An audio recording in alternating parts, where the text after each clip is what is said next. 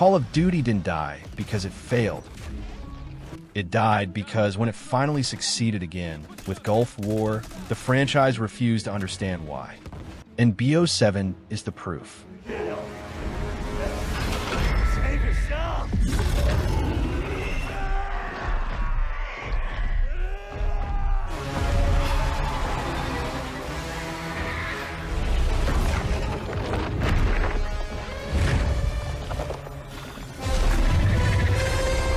When Gulf War launched, players immediately felt something different, and it wasn't just nostalgia.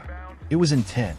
For the first time in years, Call of Duty stopped dragging players through a straight line of explosions and instead told them to slow down, think, and choose.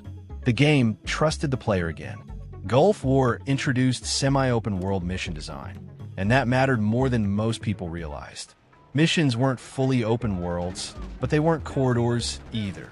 You had multiple entry points, optional objectives, light planning before engagement, and freedom without overwhelming scale.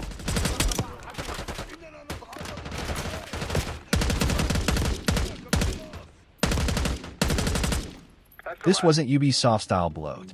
This was controlled freedom. You weren't lost, and you weren't handheld. You were trusted, and that alone made Gulf War feel modern without chasing trends. Then there were missions like Nighthawks, which perfectly captured why Gulf War worked.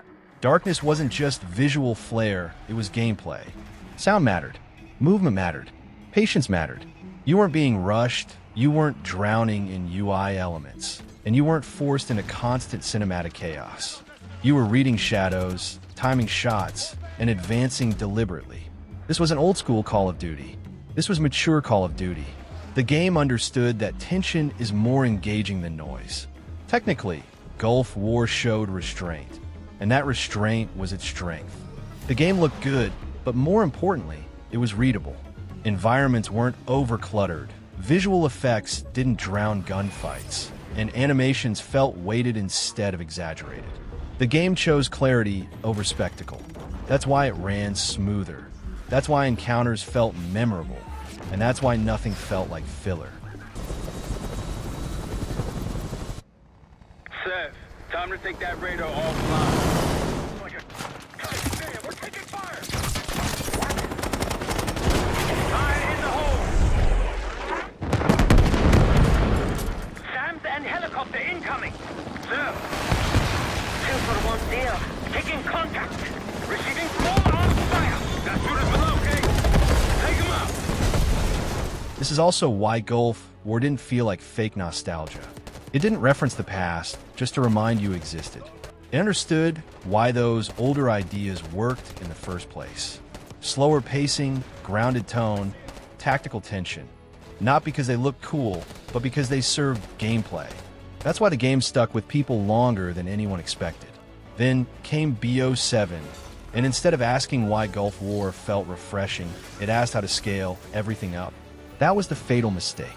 BO7 looked incredible, there's no denying that. The lighting, the shaders, the scale, the detail, visually it was fire. But the futuristic setting removed grounding. When everything is advanced, nothing feels dangerous. Nothing feels personal. Weapons became gadgets, enemies became silhouettes, and environments became backdrops. You weren't immersed, you were impressed for a moment, and that feeling didn't last. Then came the boss fights, which perfectly showed how disconnected BO7's design had become. Bullet sponges, scripted arenas, artificial difficulty. These weren't tests of skill, they were interruptions. Call of Duty was never about boss phases.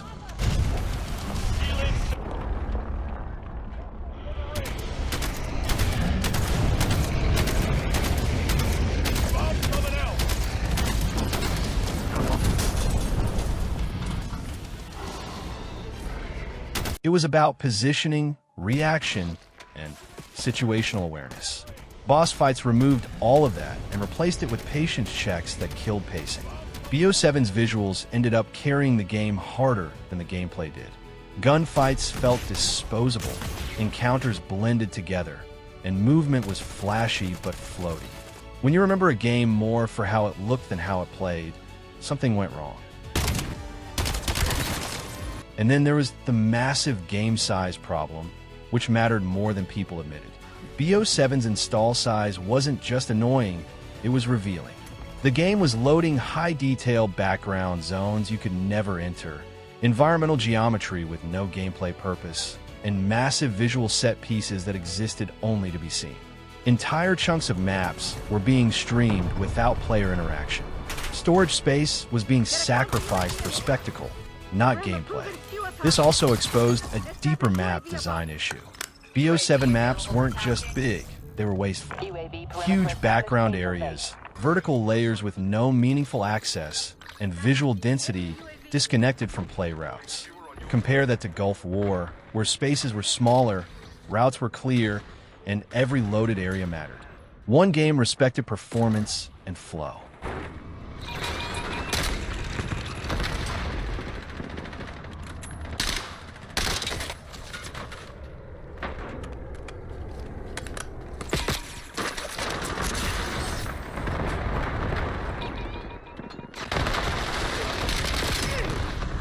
The other flexed hardware. This is the moment everything clicks. Gulf War was designed like a game. BO7 was designed like a platform. One prioritized pacing, atmosphere, and player decision-making. The other prioritized retention, scale, visual dominance, and metrics. That isn't evolution. That's substitution. Gulf War revived Call of Duty by slowing it down and letting it breathe. Semi-open missions, tactical pacing, atmosphere over noise. BO7 erased that progress with boss fights that didn't belong, futuristic flash with no grounding, bloated installs, and maps loading content you never actually play. Call of Duty didn't fail because it ran out of ideas.